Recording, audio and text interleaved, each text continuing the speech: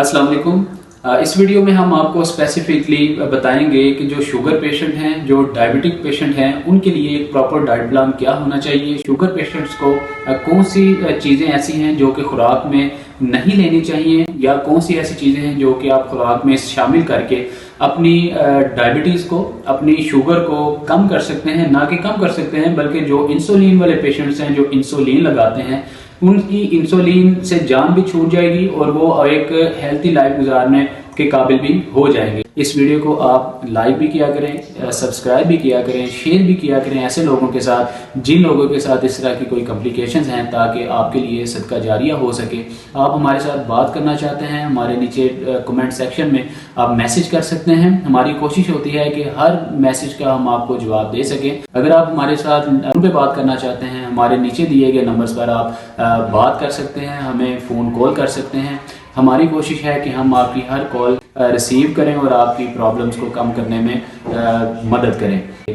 देखें, सबसे पहले आपको ये बात समझने की ज़रूरत है कि जिन पेशेंट को डायबिटीज़ के इश्यूज़ हैं या जिन पेशेंट को शुगर के इश्यूज़ हैं, वो किस वजह की बुनियाद पर उनको ऐसी कॉम्प्लिकेशंस होती हैं, उसकी वजह क्या बनती है, और उनका जो लाइफस्टाइल एक है वो किस किस्म का लाइफस्टाइल है, या वो जो चीज़ें इस्तेमाल कर रहे हैं खाने पीने की, वो किस किस्म की, किस टाइप की चीज़ें हैं, उनमें बहुत ज़्यादा कार्बोहाइड्रेट्स हैं, कार्ब्स फूड हैं, या वो उनका जो लाइफस्टाइल डेली की जो एक्टिविटीज़ हैं वो बहुत ज़्यादा सुस्त रवि का शिकार है, उनकी जो डेली की एक्टिविटीज़ हैं वो ना होने के बराबर हैं, वो बहुत ज़्यादा आसाइशें और बहुत ज़्यादा अपने लाइफ स्टाइल को मॉडिफाई करके अपनी लाइफ स्पेंड करते हैं। देन इन कॉम्प्लिकेशंस की वजह से पेशेंट को जो है वो डायबिटीज़ और शुगर के इश्यूज जो है बहुत ज़्यादा देखने को आते हैं। इस चीज़ को सबसे पहले जब आप थोड़ा सा अपना एनालिसिस करेंगे, आपको ये सारी चीज़ें जानने में आसानी होगी। आपको शुगर की बेसिक जो रीज़न है उसके बारे में जानने में बहुत ज़्यादा आसानी होगी। लिहाजा उसके बाद सेकंड स्टेप में चीज़ आती है कि आप अपने डॉक्टर से जब रुजू करते हैं, डॉक्टर आपको बताते हैं कि कौन सी चीज़ें आपको इस्तेमाल करनी चाहिए जिससे आपकी शुगर जो है वो ना सिर्फ कंट्रोल होगी बल्कि वो कम होने में भी आपको मदद करेगी। लेकिन यहाँ पे एक लम्हा फिक्रिया ये है, सोचने वाली बात ये है, जो डॉक्टर्स पेशेंट को गाइड करते हैं शुगर को कंट्रोल करने के बारे में, डॉक्टर उनको प्रॉपर डाइट प्लान नहीं बताते, बल्कि इतनी बात कह के ही वो बात को मुकम्मल करते हैं कि आप चीनी ना खाएं, आप गुड़ का इस्तेमाल ना करें, आप दूध का इस्तेमाल ना करें। इसके अलावा वो किसी किस्म की चीज़ पेशेंट को अपनी डाइट प्लान से स्किप करने को या डाइट प्लान में शामिल करने को नहीं बोलते, जो कि पेशेंट के लिए बहुत ज़्यादा एक कॉम्प्लिकेशंस क्रिएट करती है, बहुत ज़्यादा मुश्किलात का सामना करना पड़ता है। उनको यही नहीं पता चल पाता कि उनको कौन सी चीज़ कम करनी है, कौन सी चीज़ ज़्यादा करनी है, या कौन सी खाने वाली ऐसी अशिया हैं जो कि उनको अपनी डाइट प्लान से कम करने की ज़रूरत है या ज़्यादा करने की ज़रूरत है। मैंने बहुत सारे ऐसे डायबिटिक या शुगर पेशेंट को मैं खुद जानता हूँ, या मेरे जो शुगर पेशेंट हैं हमारे पास आते हैं, उनको मैं बहुत अच्छी तरह जानता हूँ। ऐसे पेशेंट इंसुलिन भी लगाते हैं, लेकिन जब उनको किसी दावत पे इनवाइट किया जाए तो वो खाने के ऊपर अच्छी तरह अपने हाथ साफ करते हैं, खाने का बड़ी अच्छी तरह से सफाया करते हैं। उनको यही नहीं पता चलता कि उन्होंने जो कार्ब्स फूड हैं, जो कार्बोहाइड्रेट्स वाली फूड हैं, उनको कितने % उन्होंने यूज़ करना है, या जो खाने में चीज़ें शामिल हैं उनको उन्होंने कितने % यूज़ करना है। लिहाजा ये सारी चीज़ें जो हैं पेशेंट को स्टेप बाय स्टेप गाइड करना बहुत ही ज़रूरी है। इसके अलावा पेशेंट जो है अपनी शुगर की कॉम्प्लिकेशन से निजात हासिल कभी भी नहीं कर सकते। लिहाजा सबसे पहले जो चीज़ आती है, हम अपने पेशेंट को बताते हैं कि उन्होंने अपना लाइफ स्टाइल मॉडिफाई करना है।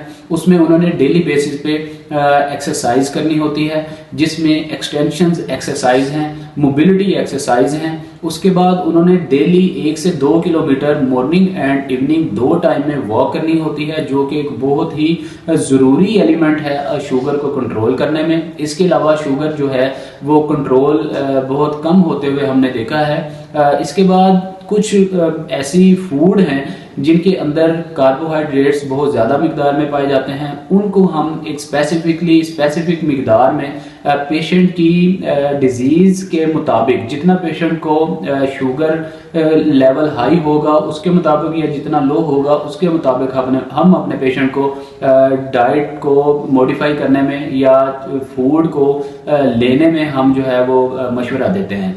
लिहाजा हम अपने पेशेंट को हमेशा से ही एडवाइस करते हैं कि वो हर चीज़ खा सकते हैं। हम कभी भी अपने पेशेंट को किसी चीज़ को ना खाने के लिए नहीं कहते, ख्वाह वो फल हों, ख्वाह वो ग्रीन लीफी सब्ज पत्तों वाली सब्जियां हों, चाहे वो किसी भी किस्म के जूसेस हों या किसी किस्म की फ्रूट चाट हो या इसके अलावा रोटी हो या बिस्किट्स हों, बेकरी आइटम्स हों, हम किसी भी चीज़ से मना नहीं करते। लेकिन यहाँ पे बहुत ही इंपॉर्टेंट बात है, जब आप यूट्यूब पे, सोशल मीडिया पे शुगर के बारे में लोगों को गाइड करते हुए देखते हैं, वो बहुत ही ज़्यादा इस बात को कॉम्प्लिकेटेड बना देते हैं कि शुगर पेशेंट्स को फ़लाँ चीज़ खानी चाहिए, फ़लाँ चीज़ उनके लिए जहर है या रोटी उनके लिए जहर है, बिल्कुल नहीं खानी चाहिए। लेकिन हम इस बात से बिल्कुल इत्तेफाक नहीं करते।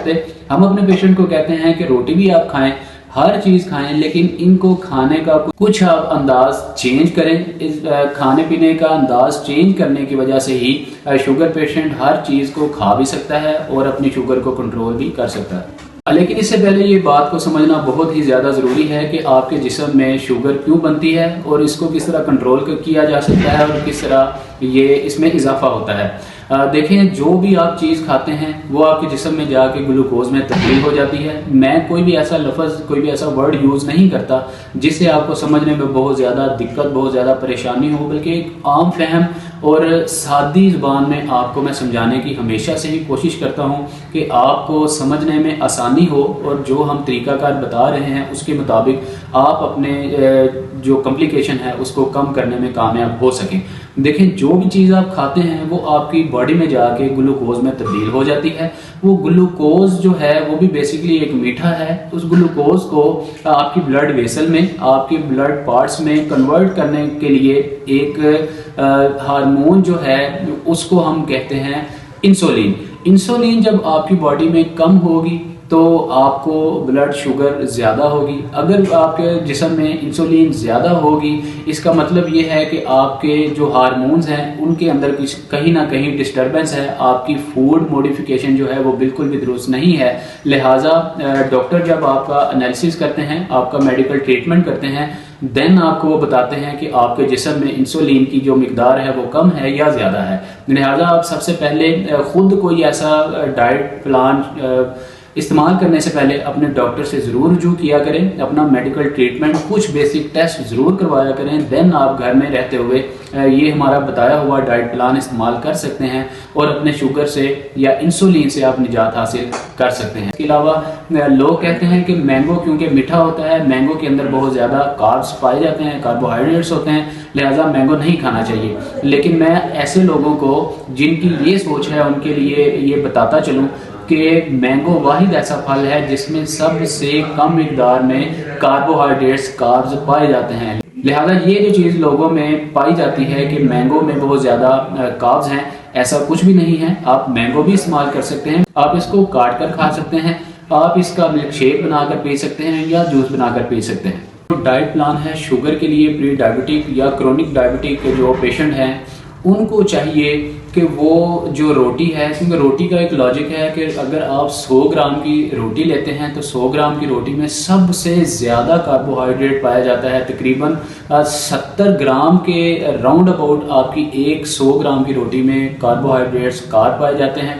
इसके अलावा जो आलू है या इसके अलावा और दीगर जो हमारी ग्रीन लीफी सब्जियां हैं, हर चीज़ में बहुत ज़्यादा मिकदार में कार्बोहाइड्रेट पाया जाता है। लेकिन सबसे ज़्यादा जो मिकदार है कार्बोहाइड्रेट की वो आपकी रोटी में पाया जाता है, तकरीबन 70 ग्राम के करीब। हम अपने पेशेंट को जब डाइट प्लान शेयर करते हैं तो हम अपने पेशेंट को कहते हैं कि आप हर चीज़ खाएं, रोटी के अलावा हर चीज़ में तकरीबन 3 से 5 ग्राम तक 100 ग्राम की अगर आप कोई भी चीज़ लेंगे रोटी के अलावा तो उसमें 3 से 5 ग्राम तक आपका कार्बोहाइड्रेट है, आपके कार्ब्स होते हैं। लिहाजा आप 3 से 5 ग्राम तक की जो चीज़ है वो हर किस्म की आप इस्तेमाल कर सकते हैं। रोटी जो है वो आपने बिल्कुल भी इस्तेमाल नहीं करनी, बल्कि 1/4 हिस्सा जो है रोटी का वो आप मॉर्निंग में और इवनिंग में आप 8 बजे से पहले पहले इस्तेमाल कर सकते हैं।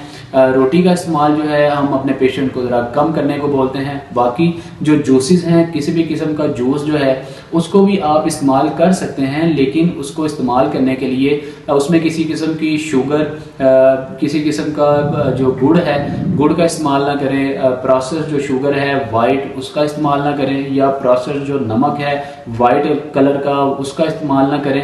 अदरवाइज आप फीका जूस जो है वो ले सकते हैं, लेकिन इसमें पीच का जूस अगर आपको अवेलेबल हो तो उसका इस्तेमाल ज़्यादा करें। पीच के जूस में बिल्कुल ज़ीरो कार्बोहाइड्रेट्स होते हैं, ज़ीरो कार्ब्स होते हैं, जिसका क्रोनिक जो डायबिटिक पेशेंट हैं या शुगर पेशेंट हैं उनको इससे किसी किस्म का साइड इफेक्ट या नुकसान नहीं होता। आइंदा आने वाली वीडियो में हम आपको बताएंगे कि जो इंसुलिन है आपकी बॉडी में उसका क्या रोल होता है, आपके हार्मोन्स का क्या रोल होता है, और इसके अलावा जो इंसुलिन रेजिस्टेंस है उसका क्या मतलब होता है। इन दोनों चीज़ों में इतना तजाद क्यों पाया जाता है, जबकि दोनों ही मेडिकल टर्म्स के एक वर्ड्स हैं, मेडिकल लैंग्वेज में इन दोनों का क्यों इतना तजाद है। आने वाली वीडियो में हम आपको ये ज़रूर बताएंगे। लिहाजा आप हमारे ये बताए हुए डाइट प्लान को ज़रूर इस्तेमाल करें, ज़रूर अपनी लाइफ स्टाइल मॉडिफिकेशन में इसको शामिल करें। इंशाल्लाह आप ये डाइट प्लान इस तरीके के साथ जब फॉलो करेंगे तो आप अपनी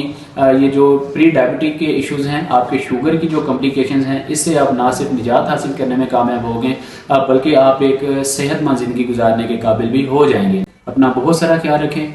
हमें दीजिए इजाज़त। अस्सलाम वालेकुम व रहमतुल्लाह।